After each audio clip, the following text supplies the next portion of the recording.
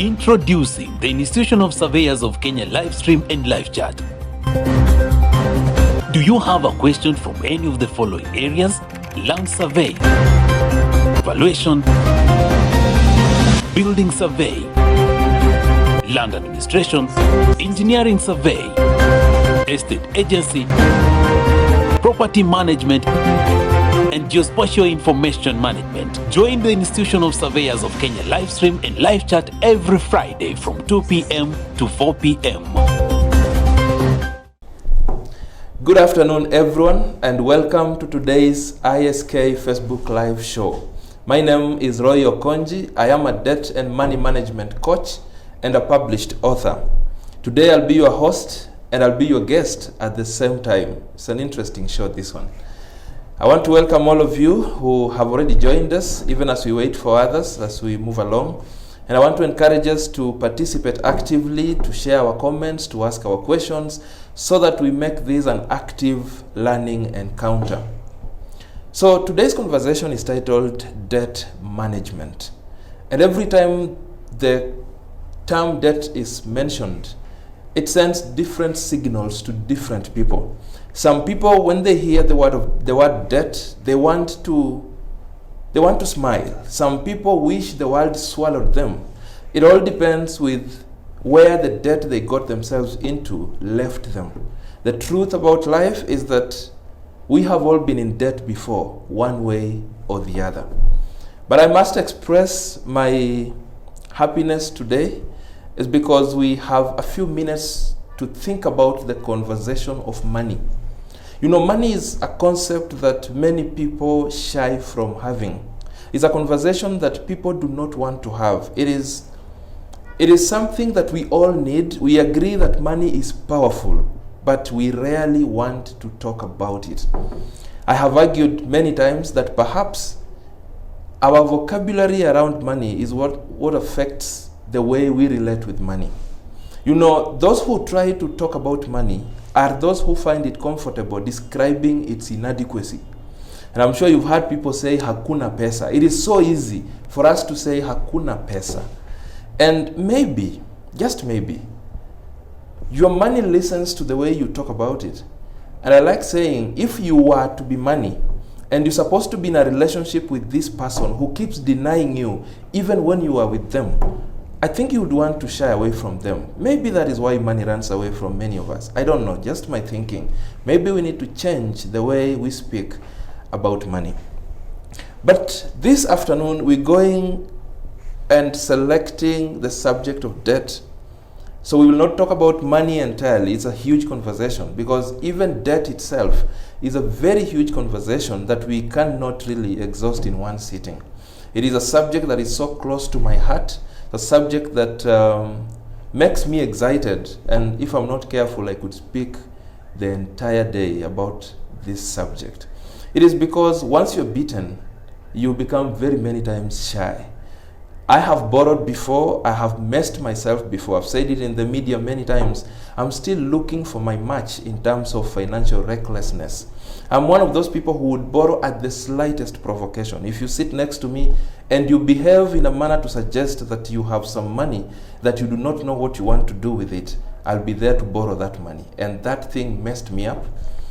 I am a former banker, and all my banking years I was handling debt-related issues, and I want to believe that that was also a preparation for what I do today. So apart from training and speaking and engaging and coaching people in the subject of money and debt management, among other life skills, I also run some interesting thing called the Debt Clinic. The Debt Clinic is where I sit with you one-on-one and just have a conversation about your situation. I'm simply trying to say, you don't have to give up because you're pressed and weighed down by debt. You don't have to commit suicide because you have been pushed to the wall. Come and let's just have a conversation. So that's what I do at the Debt Clinic level as a way of just interacting with souls one-on-one in as much as money matters are concerned. So, debt management. You know, debt management is a huge concept on its own. debt management. But the truth of the matter is, it is huge because debt is a common concept. It is, as I mentioned, a concept that we have all interacted with one way or the other. And I've said this in so many meetings, and I'm waiting for a place I'll go and someone will challenge me that they have not been in debt before. But by the bare definition of debt as an owing, all of us have been in debt before. So, many people would want to look at debt as their enemy. I've been in places where people introduce debt as a monster. And I want to run away from that a bit. I want to say this afternoon that your enemy is not debt per se. Your enemy is something else that I call the trap of debt. And I'll say a few things about it in the next coming minutes. I want to welcome those that are still joining us. Welcome aboard so that we may continue learning together. Now, two people will walk into a lender's office and they will borrow money, same amount, purporting to do the same thing. 2 years down the line, one of them smiles when they hear debt being mentioned. Another one wants to run away. It is because of the choices that people make. So a lot of times, it's the choices that we make. So this afternoon, I want to share with us a few things about debt management. I will not be exhaustive, but I will try to open your world into the essentials of debt management. So what is debt management? Conventionally, the world defines debt management as the process through which debtors seek to regain control of their debt situation. That definition presumes that you have borrowed, you have lost control, and now you are fighting to regain control. So I had an issue with that definition, and I disagree partly with it, and it is because I believe that debt management begins from the time you conceive the idea of borrowing. You don't have to wait until you are trapped, until you are struggling for you to begin fighting to regain control. If you made the right choices from the onset, you have already started managing your debt. And that is how I came up with two types of debt management. There is what I call debt management before you get trapped. And then there is debt management after you get trapped. So I gave a new definition to debt management, a slight alteration of how the world looks at debt management. And this is how I define debt management. And I say debt management is the process through which debtors seek to gain or regain control of their debt situation. So the key words there are gain and regain. Gain insinuates that you are getting control from the onset. You are making the correct choices from the word go. Regain means that at some point you may lose control. Maybe you made the wrong choices and you have found yourself in a tight spot. So what do you do so that then you begin to regain control and come back to normalcy? So two types of debt management.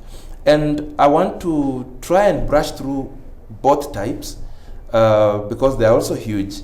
But we will use the time that we have to say something that will be of benefit to you all who are watching. And as I talk about debt, I am talking about debt from a perspective that affects both those that are in business and those that are employed. So I'm not taking one particular direction. I'll be generalistic in terms of the words I will use, so that if you're in business, you can also pick something that will benefit your business. And if you are employed, you will also pick something that is beneficial to your setting. So debt management before you get trapped. But maybe before I go there, one would wonder, why is it necessary to learn about debt management? We learn about debt management because of a monster called the trap of debt. And I said that is the only thing we are allowed to call a monster. That is your true enemy. Now, the trap of debt is not a complicated concept. It is a simple thing. Some people think it is a concept that belongs or affects a certain small group of people. But this is how we define debt management, rather the trap of debt. The trap of debt is simply a situation where repayment of your debt becomes either difficult or impossible. You've been owing people and institutions, you've been paying well. A day comes for repayment and you find yourself asking, sijui nilipe leo au nilipe kesho. If you get yourself to that point, these are telltale signs that things are beginning to get thick on your end. Now, if you don't do anything about it, a day will come when money is expected for repayment and now you do not have anything. Or you find yourself wondering whether umulipe nusu au ulipe the whole amount. That is how the trap of debt begins to come closer to you. If you don't do anything to correct the situation, it degenerates into a cyclic tendency where you find yourself borrowing from this source to repay this source so that you can borrow again to survive, or earning your money so that you can pay debt so that you can borrow to survive. Now that's a cycle that is so difficult to break from. But why do I call the trap of debt a monster? It is because when you're trapped in debt, your whole life turns upside down.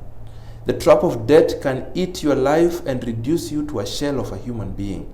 You are walking out here, we see you on the streets walking, but you are not there. It is because the trap of debt affects every aspect of one's life. When I speak about work-life choices, what you people call work-life balance, I like dividing life into 4 parts: your health, relationships, career, and financial lives. The trap of debt has a way of neutralizing all of them. Look at health, for example. Health can be physical, mental, emotional, spiritual, and what have you. Physical health is about diet and fitness. When you're trapped in debt, I don't need to overemphasize that you are worse than a broke person. You know, brokenness brings you to the surface, to zero. The trap of debt takes you to the negative. When a broke person and a trapped person meet, the trapped person admires the broke person. I wish I was just like him. I am without money, but no one is pushing me for their money.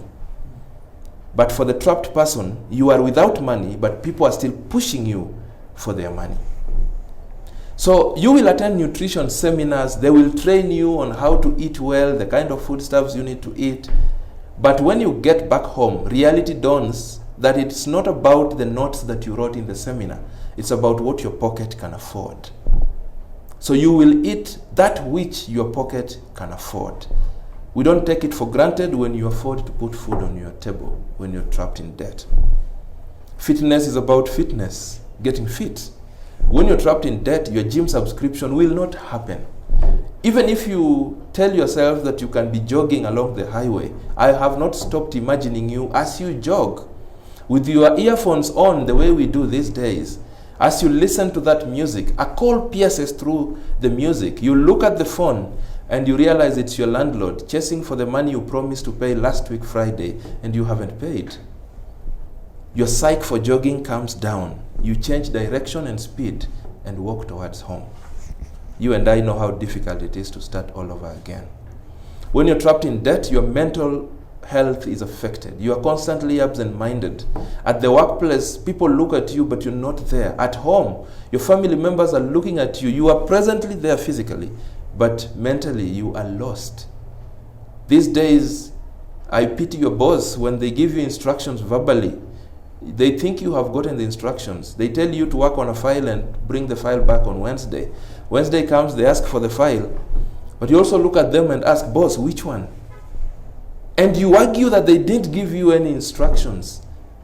You know what? Both of you are right. Your boss is right factually. And you're also right mentally. Because at the time of that conversation, you are absent-minded. Emotionally, you are not spared when trapped in debt.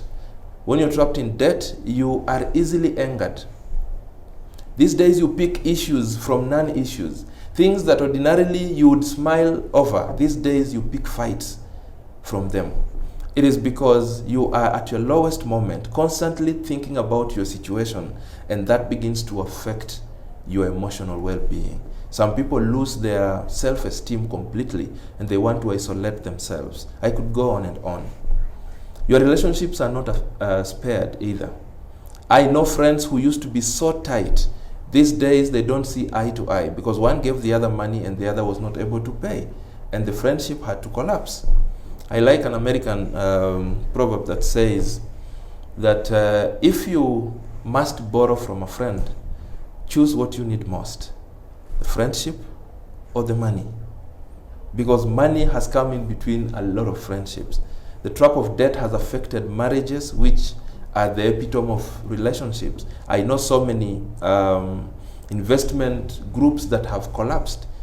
Sometimes they reach out when it's too late, just because some members got trapped in debt and they affected the financial well-being of those organizations.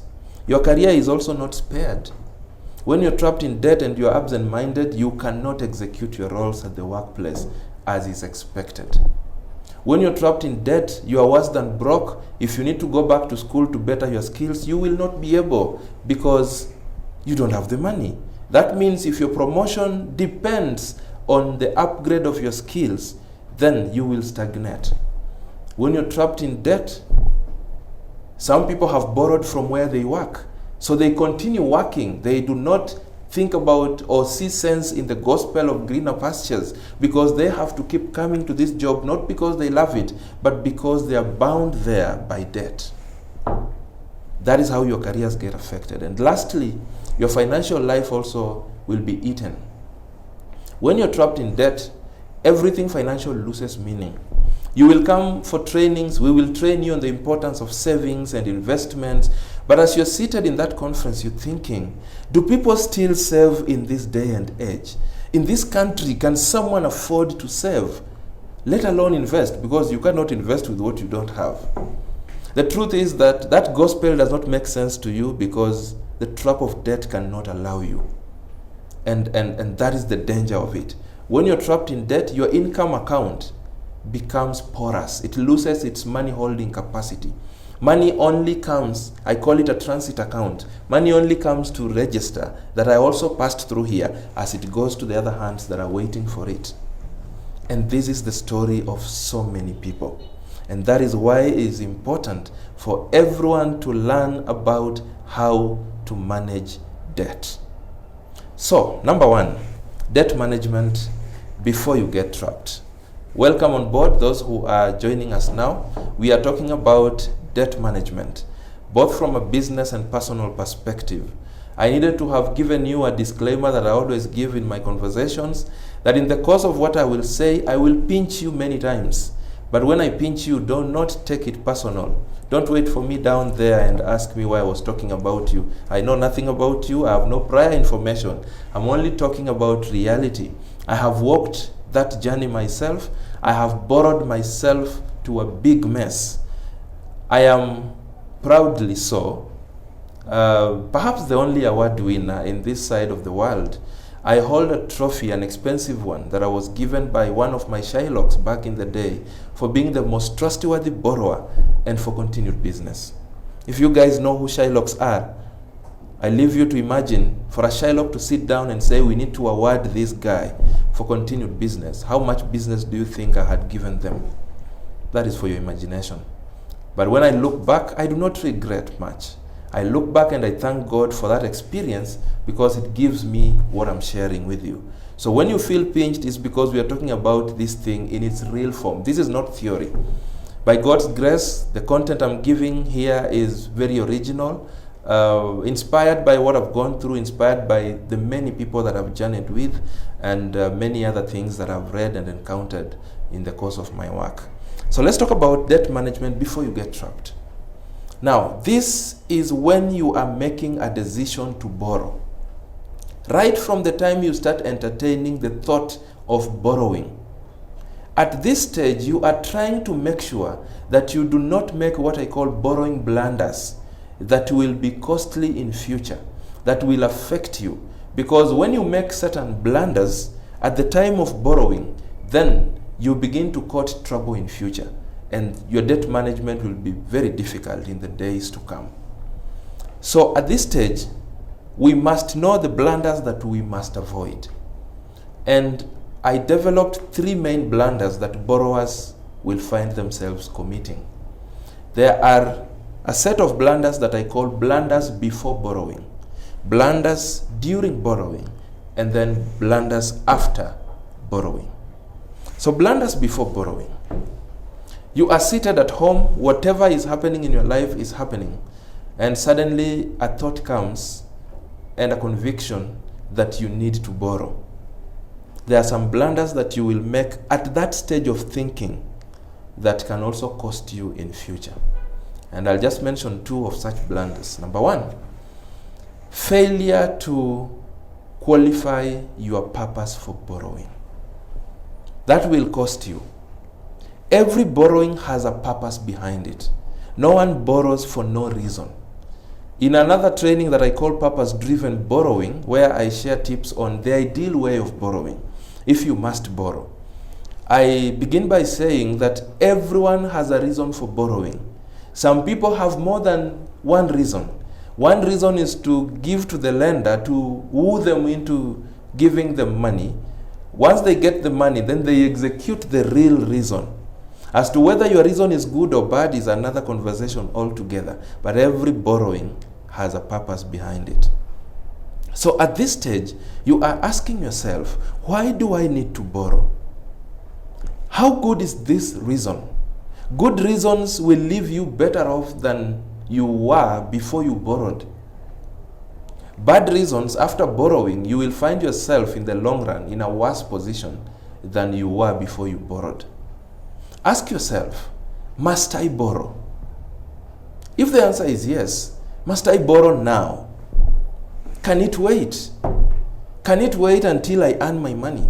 Can it wait until I can be able to save money for that particular thing? Those are some of the questions you should ask yourself at the point of deciding whether to borrow or not.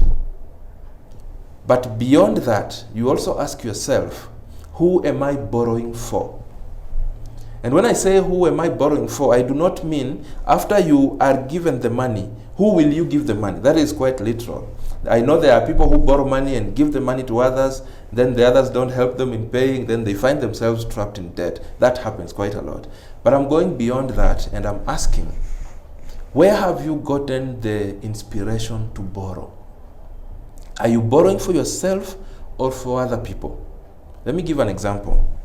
If you work with me in the same office, and tomorrow you see me with a very interesting phone, one of the latest phones, and you look at the phone and you develop the urge to compare yourself and compete with me, and you also want to acquire a similar phone or a better phone, but you don't have the money, then you choose to go and borrow to acquire that phone. In my world, I say, you have borrowed for me, not for yourself. This is how you know it.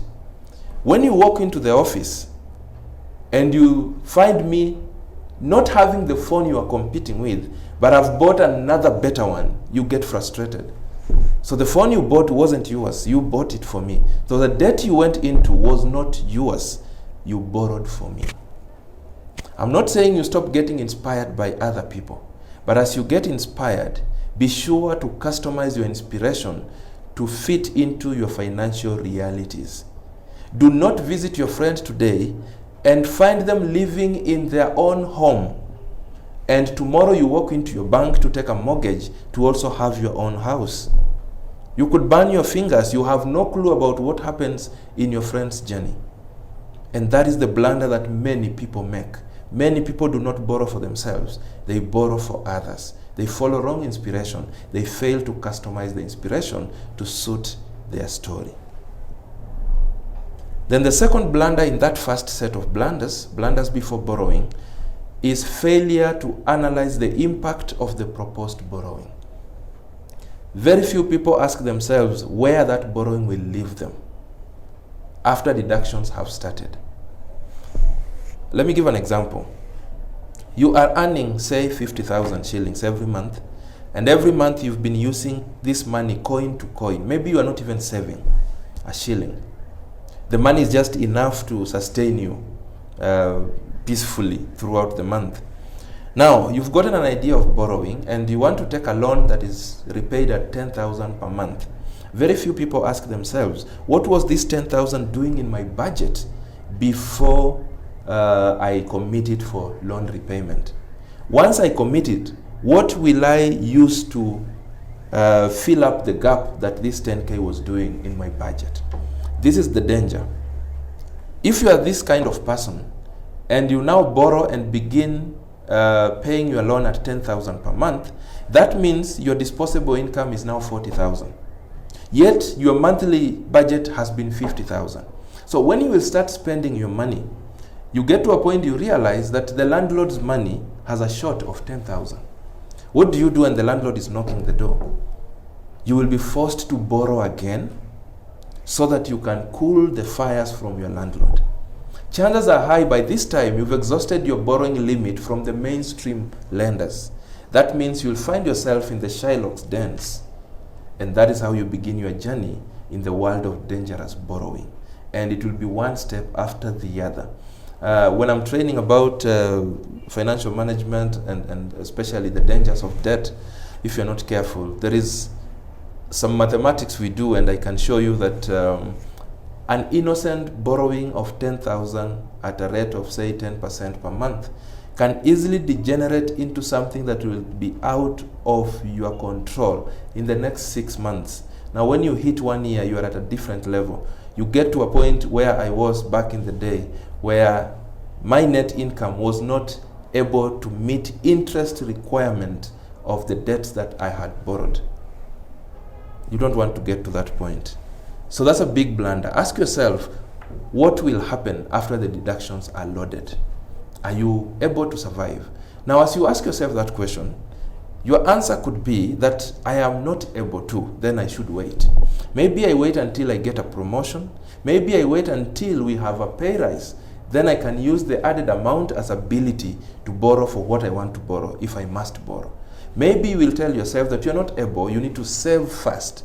And then, later on, reduce your exposure to debt in future. But you must get an answer to all these questions. Welcome so much, those that are joining us now. We are talking about debt management. We are talking about realities of the world of money as pertains the concept of debt. So we are trying to talk about realities in a naked way. And as I've said, I will pinch you not once, not twice in the course of this conversation. Feel free to share your comments on this, your experiences in the world of money and especially debt. Feel free to ask your questions so that we continue learning together. The second set of blunders are blunders I call blunders during borrowing. So you have decided, you've gone through the first stage, you've qualified your purpose and you've found your purpose fit for borrowing. Now you choose to approach a lender.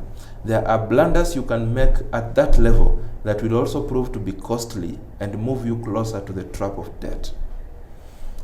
I'll just share a couple of those blunders. There are so many. Number one is failure to compare lenders.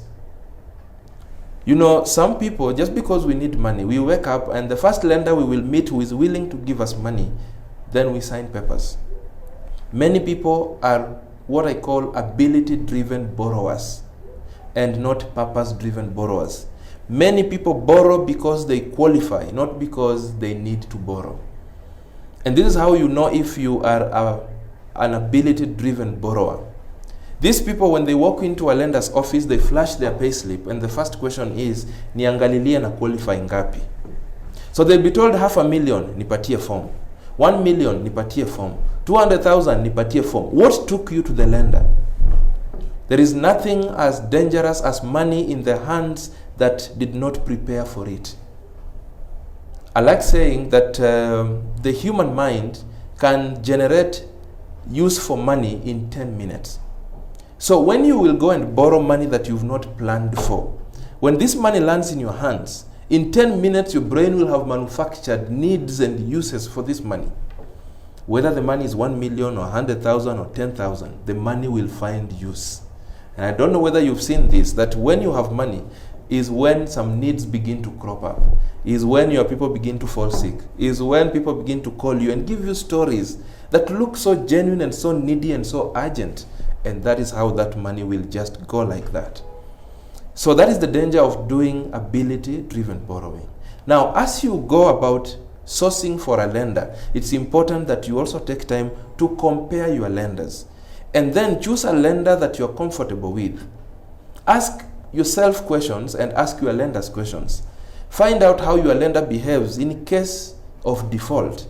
You know, there are some lenders, and I'm sure these days with in the advent of mobile app lending, you've met cases where a 1-minute default begins to attract insults, begins to attract SMSs that are denying you peace. You ask yourself, how does this lender behave in case I fail or I delay in payment? Do you want to borrow from a lender who will come and pluck iron sheets from your roof? These are realities that I've encountered. There are people who've borrowed from places where you delay by 1 hour, you don't have iron sheets on your roof. Compare your lenders on the basis of cost, and that takes me to the next blunder in that box: failure to consider the cost of borrowing. For many people, when we need money, our mind gets crowded with the thoughts of that money. We are only looking at that amount. My need is worth 100,000, so my focus is on 100,000. We do not listen, we refuse to think, we refuse to see. And that is why we have Shylocks in this town giving money up to 100% per week interest. But the places are full like this. The guys do not even have enough money to meet demand. It is because many borrowers at that point, they are not thinking about cost of borrowing. They are thinking about the money they are chasing. Now, here's the danger. Once you borrow 10,000 from that source, your owing stops being 10,000. Sometimes I ask people, how much do you owe? And people tell me the principal I took. Once you have taken debt, it stops, that amount stops being your owing. You have to consider interest, because that interest comes to weaken your financial muscle. You must consider it. Debt is not free money. Debt is not a gift. Debt should not and must not be mistaken for income. Debt comes at a cost. I like saying that cheap is expensive except debt. So if you must borrow, under the same circumstances, go for the cheapest. What is the logic behind taking this amount at 30% when there is another lender equally willing to give you the same amount under the same conditions at 15%? Why are you throwing these other 15%? So cheap is expensive except debt. Now, when I talk about cost of borrowing, some borrowers do not even take time to look at the papers they're signing. You know, CBK a couple of years back decided that banks must inform their lenders of the total cost of borrowing. So there is a form that is always attached to your borrowing, breaking down for you how the cost of that debt will look like. But do we even take a minute to check? No, we are quick to sign. In fact, the lenders have known our weakness. They give you the forms with excess marked where we need to sign. So we are quick to append our signatures. Then 2 years down the line, we are crying that this debt is not moving the way you thought. When you raise your complaint and you look at your offer letter, you realize you signed, yet all the information was given there. Take time and look at that cost. It is the cost of credit that you can also use to compare lenders. Do not think that when lender A is giving you at 15% and lender B is giving you at 15%, that the cost of borrowing will be the same. Total cost of borrowing has many components, largely 3 of them: interest rate, bank charges, and third-party costs. When we got into the era of interest rate capping, we had lenders who got crafty. So the rate will be announced as 14 across the board, but the differences will be in the bank charges. So you get an amount at 14% with a negotiation fee of 1%. Another lender gives you the same amount, negotiation fee 3%. The two cannot be the same. We have to think when we are getting ourselves into this. Money is not an emotional concept, it's a logical concept. Another blunder in that set is failure to adhere to your repayment ability. Your lender tells you that you can only qualify for amount X, but you force your way into qualifying for a bigger amount than that. So many people, despite the fact that you're supposed to retain at least a third of your basic, so many people today go home with nothing because they have borrowed up to that limit. They have also borrowed off payslip. And therefore, once their income comes, the deductions on payslip happen, but when the money lands in the account, we also have other deductions off payslip, and people go home empty-handed. Sometimes it's because we force ourselves into qualifying for what we do not qualify for. And then lastly, in that particular category, is also failure to analyze the terms of repayment. Someone is giving you money and they're telling you that you must repay in 2 weeks' time. You are employed, you only earn one income. You do not have any other side hustle, any other investment that will give you money before end month. But you are quick to accept and even tell them, in fact, 2 weeks ni nyingi, I'll give you the money next week, Tuesday. You and I know very well that your next income is coming 30 or so days from today. So why are you signing up for repayment of 2 weeks when you know that you have no source, no clue of where you will get the money in 2 weeks? Blunders that we make that begin to burn our fingers, because in 2 weeks' time, there will be pressure piling on you. When that pressure comes, you begin running up and down and borrowing from dangerous sources to cool down those pressures. So you begin creating more future pressures. Let me pause there for now as far as that category is concerned. Then lastly, are blunders after borrowing. So now you have gone ahead and borrowed and money has been given to you. You can still blunder and find yourself in a difficult place in future. Find yourself trapped in debt. Now, I'll share 2 blunders here. The first blunder is diversion of borrowed funds. This is a big mistake. As much as possible, if your reason for borrowing is a good reason, stick to it. A lot of times when the money reaches our hands, we begin to create new ideas. That's the time we begin to entertain new thoughts. That's the time you remember that you did not complete paying your bride price. That's the time you remember that your car needs to be fixed. That's the time you remember that you didn't complete paying school fees. That's the time you remember that you need to buy food in preparation for hard days to come. But what you're doing is you're diverting borrowed funds. I have a YouTube page called Roy Okonji, and I would want to invite you. There is a series that I'm doing every so often. I call it the By the Way series, where I'm just sharing short videos to give you that by the way moment. Have you ever watched or listened to something and you're like, by the way, I never thought about it this way? Now there is a video I'd want you to check out. It's a video I've called Avoid Diverting Borrowed Funds. And now I've detailed the dangers of diversion of borrowed funds for both individuals and businesses. And I've given stories of people I know who have diverted borrowed funds and have burned their fingers. I did that mistake many times in the past and it costed me heavily. It is very dangerous, especially for those in business. When your lender gives you money to grow your business, they have evaluated where your business is. They know if you spend that money according to the way you have stated, then your performance will grow to a certain point. You'll be able to get revenue fit enough to pay the debt and leave you with something. But when you divert the funds, it means you will not do that which you intended to do. The same case for individuals. You borrow for school fees or for whatever reason. Then when the money lands here, you choose to do something different. You know, the money is yours. You can decide to go on holiday. After all, it's you who will pay the money.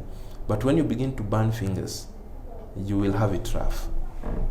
I like sharing a story of a friend of mine, a customer back in the day. We gave money for him to pay school fees for his children, 450,000 to be precise. And he had 4 children in institutions of higher learning. And after the money was disbursed, the first day, the guy withdrew 100,000. As he was walking out of the banking hall, I remember calling him to my desk and asking him, who are you going to pay for first? The guy looked at me and told me, young man, this is my money. Mind your own business. Of course, I wondered why I was poking my nose into his business, so I minded my own. The second day, he walked back to the bank and gave me a story. what happened is that when he left the bank, he crossed the road after the bank and lodged in a hotel overlooking the bank. Then he called all his friends to come and witness how powerful he had suddenly become. He threw a party, akachafua meza sawa sawa. Now, after he got drunk, they pickpocketed him the balance. So day 2, he walks into the bank wearing those lodging slippers, the blue one and the red one that are notched. I think we are bad thieves, that we can actually be thieves to an extent that hotels will give us red and blue, but they are not sure that we will not steal, so they have to notch them. So the guy comes to my desk and gives me that story. After giving me the story, he goes to the counter and takes another 100,000. As he was walking away, some temptation in me again, I call him and tell him, I hope you've learned your lesson. You're going to pay for your children. The guy looks at me again and tells me, young man, I told you yesterday, this is my money. Mind your own business. Well, the long and short of it is that the spouse at home was not seeing this guy coming back. The spouse knew that money was coming for school fees. So the third day, the spouse begins to ask around, and then discovery is made that the guy is lodging in a hotel in town. So the spouse goes to the chief. The chief writes a letter and gives a few askaris. They raid the hotel. On the 4th day, they were only able to salvage 75,000 shillings. Your guess is as good as mine as to whether the children went back to school, as to whether they were forced to sell a piece of land for the children to go to school. That's a different story altogether. It's a question of choices. When you divert borrowed funds, you create what I call a future emergency. That future emergency is more costly than any other emergency you may want to think about. The last blunder in that set is refusal to honor your repayment arrangement. You see, borrowing does not stop at the point you receive money. Borrowing stops when you pay your last coin. It is different when your circumstances change. Maybe you lost your employment or your business has collapsed. Then you are not able to continue servicing the debt. That is different. But we have people who are able, but they ignore making repayments. You've heard people say, kukopa ni harusi, kulipa ni matanga. There comes a time when the matanga time has to be experienced. And these days with CRB here with us, adverse listing can also cost you. I've met people who've lost chances to get better jobs because they were listed adversely with CRB. If you're a business person, a day will come when you need money, or even an individual. A day comes when you now truly need money. There is an emergency, there is something on your hand, an opportunity that you need to take up, but now you are adversely listed. That's the day you realize you blundered when you refused to pay your debts. So that is part 1 of debt management. Debt management before you get trapped. I'm just trying to run through because this is a whole huge conversation. You realize I've put together so many topics into that, but I'm just sharing the salient features so that you can pick something that can be beneficial to you. Welcome so much, those that just joined us. We are talking about debt management, and we're talking about, we've divided debt management into 2. Debt management before you get trapped, that's what I've just covered. And now I'm going into debt management after you get trapped, as you try to regain control. Now this second bit is what many people are interested in. The truth of the matter is that today, very many people are trapped in debt more than they can care to admit. Very many people are struggling with this monster. And everywhere I'm invited to speak, everywhere I've been training, people will not stop asking, so how do I break free? How do I come out of this menace? Is it even possible? I'll start by saying that it is possible to regain your control. It doesn't matter how deep you are. What matters is your resolve to regain that control and the kind of focus and the kind of strategies that you'll put in place. I developed what I call the ADSA 4-stage approach to debt management. It's the principal formula that guides my teachings around debt management. And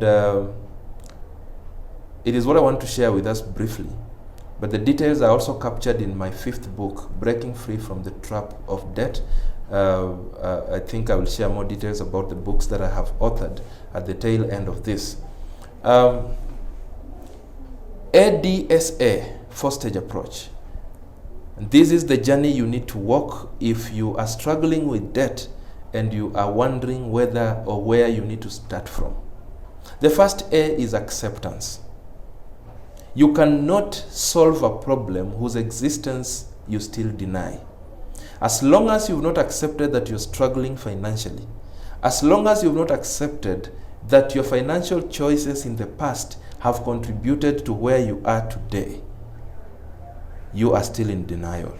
You will make very little progress in regaining control because you're still fighting yourself. As long as you're still borrowing to cover up, still borrowing to show the world that you're still doing fine, you are still in denial stage. Until you accept. At the acceptance stage, we are speaking to our minds because we are our minds. If we are able to sell the idea to our minds that we can regain control, then nothing becomes impossible. At the acceptance stage, you are accepting that you are responsible for what has befallen you. You are accepting that your previous mistakes perhaps have contributed to where you are today. You are accepting that you are the best person placed to change this story. You are accepting that you have all it takes to change the story. The truth is that this story is not cast in stone. You are accepting that the best time to begin the journey of transformation is now. And therefore, you are killing every possibility of procrastination. Many people will be saying, let me wait for the next promotion. Let me wait for bonus. When bonus is paid, I will clear all my debts. If you don't treat it here. Debt management begins by speaking and adjusting your mind. You cannot come out of the trap of debt with the same mindset that took you there. And I'm sure you've had people, or perhaps you're one of them, who have vowed that when you clear your debts, you will not be close to any debt again. But God blesses you and you're able to pay. What happens 6 months down the line? We find you in the same spot or even a worse position. It's because you didn't treat the roots, you treated the symptoms. So, you have to accept. After you have accepted, that's the first A. Then we move to D. D is disclosure.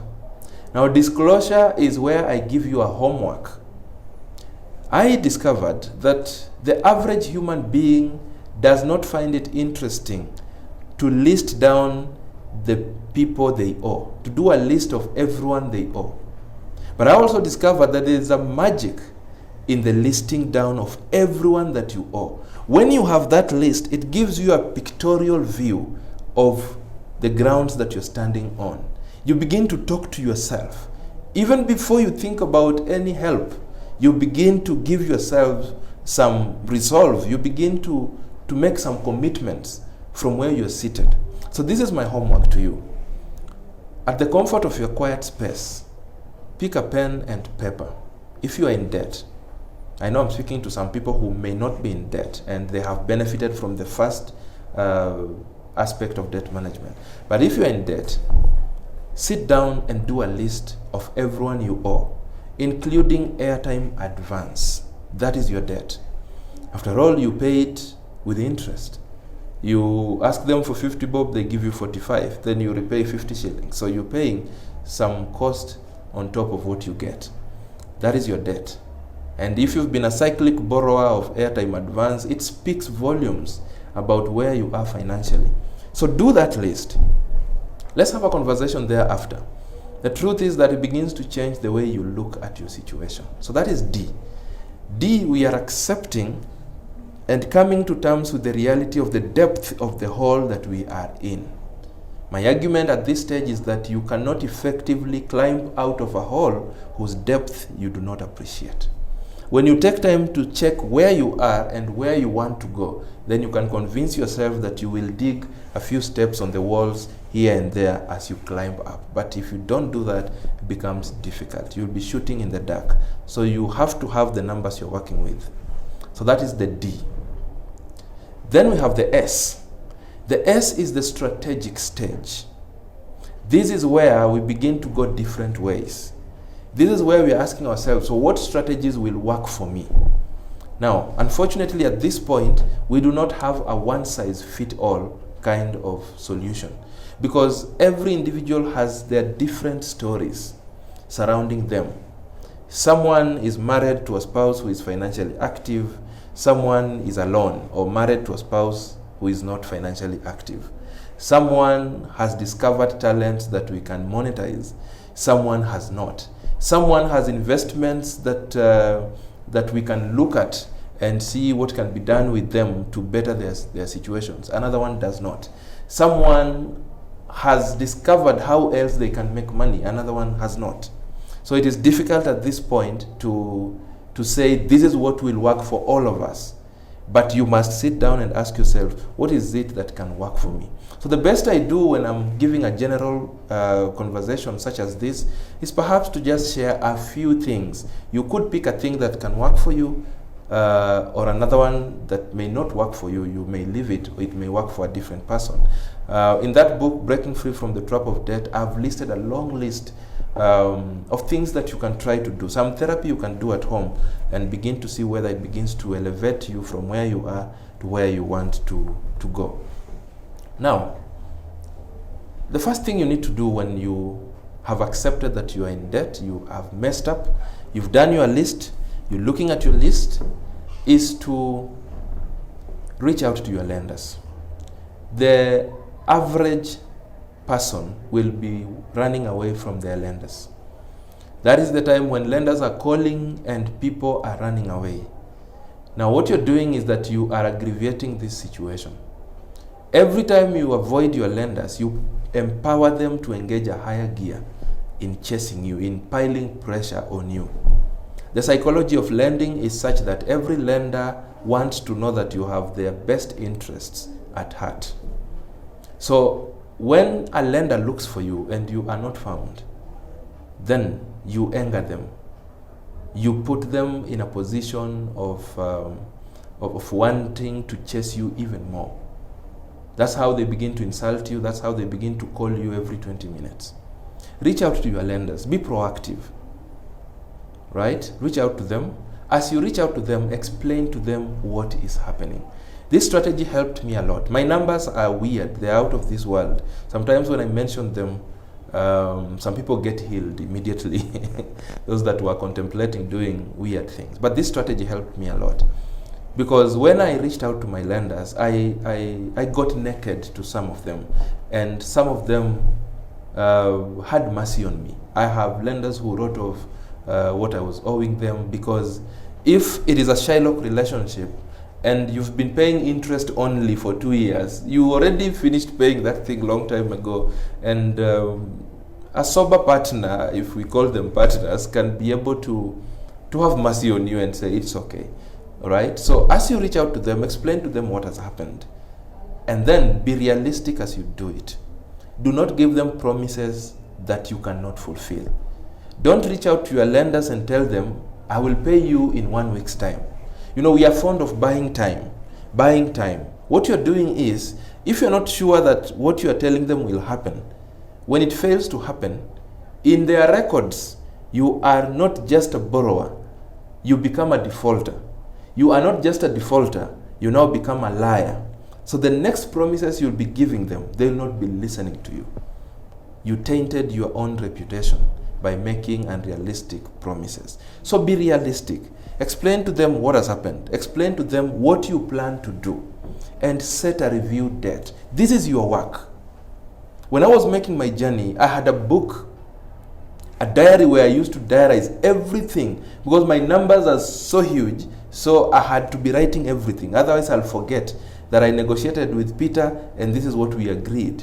When I go to negotiate with John, I may think that I agreed with John what I agreed with Peter. So I had to write down every detail, and that helped me a lot. Number 2, as you reach out to your lenders, you may also renegotiate the terms of your debt. depending on what has changed in your life. And especially a time like this, when COVID has affected people in different ways. Some people have lost jobs, some people have gotten pay cuts. I think since beginning of COVID, if there is a training, I've done a lot, 2 trainings. What I call managing life on reduced income, preparing employees for a pay cut, and another conversation, preparing employees who are losing their jobs. That has been rampant. Therefore, you could renegotiate and tell them, this is what has happened around me. I am asking for more time. Can we revisit this in the next couple of months? Or, I am seeking to alter the repayment cycle.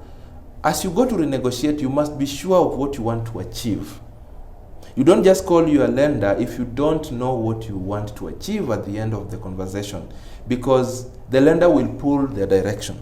So if you cannot pull your own direction, then you will continue living at the conditions of the lender, which are not reflective of your realities. So you could go to renegotiate about the repayment cycle. Maybe you've been repaying monthly. Now your income has been affected and you only get money once in 2 months.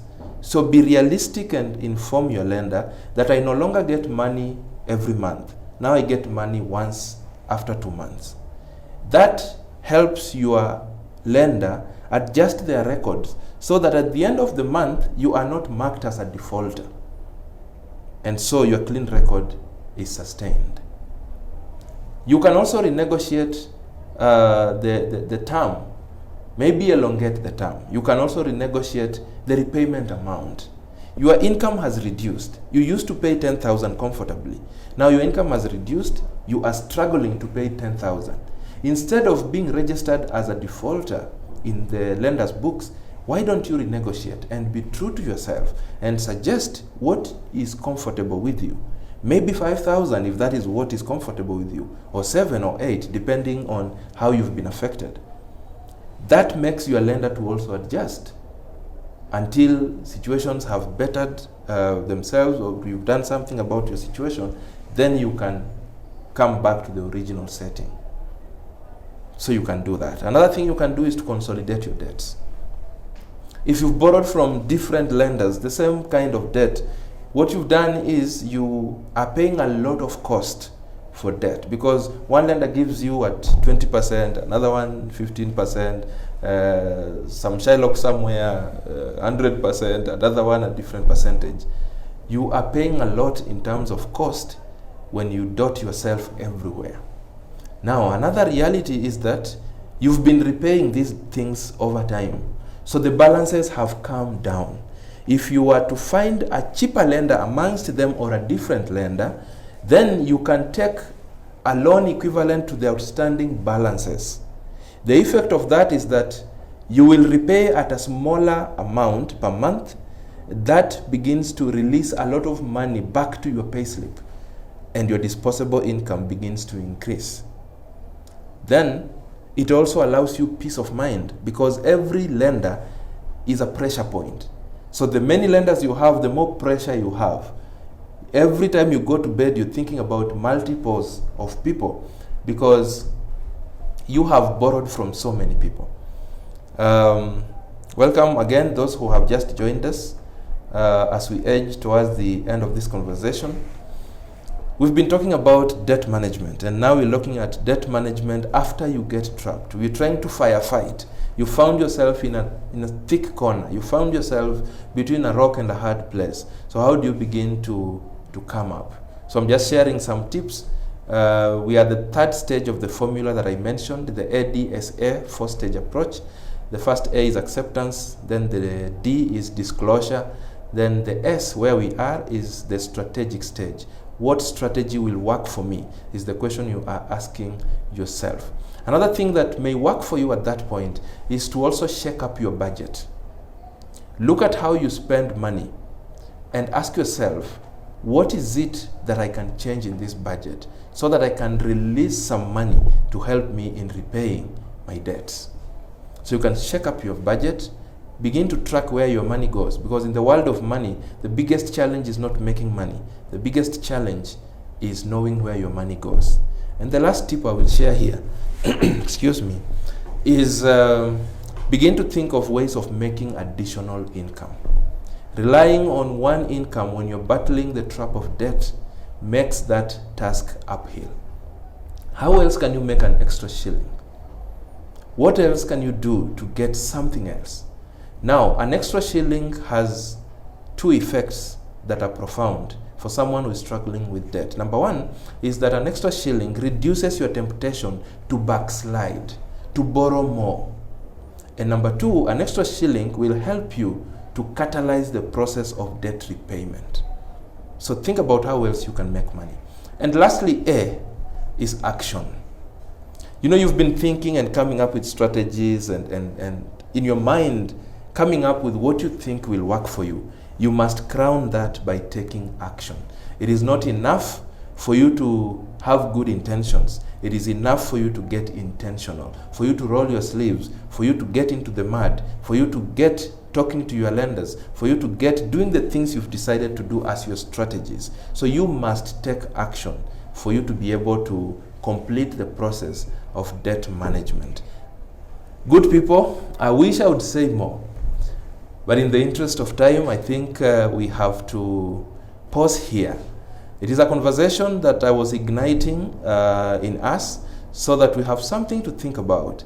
As we relate with money and especially debt, we begin to ask ourselves whether we are setting ourselves for burning our fingers in future or whether we are doing the right thing.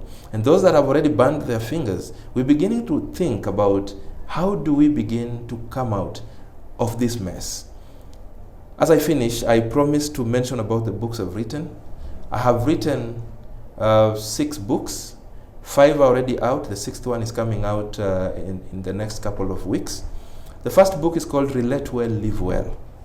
It's a book about the importance of relating well with people wherever you are and how it affects your success in different areas of your life. I've talked about relationships in a family setting, a business setting, an employment setting, and the social space. The second book is called Confronting Fear.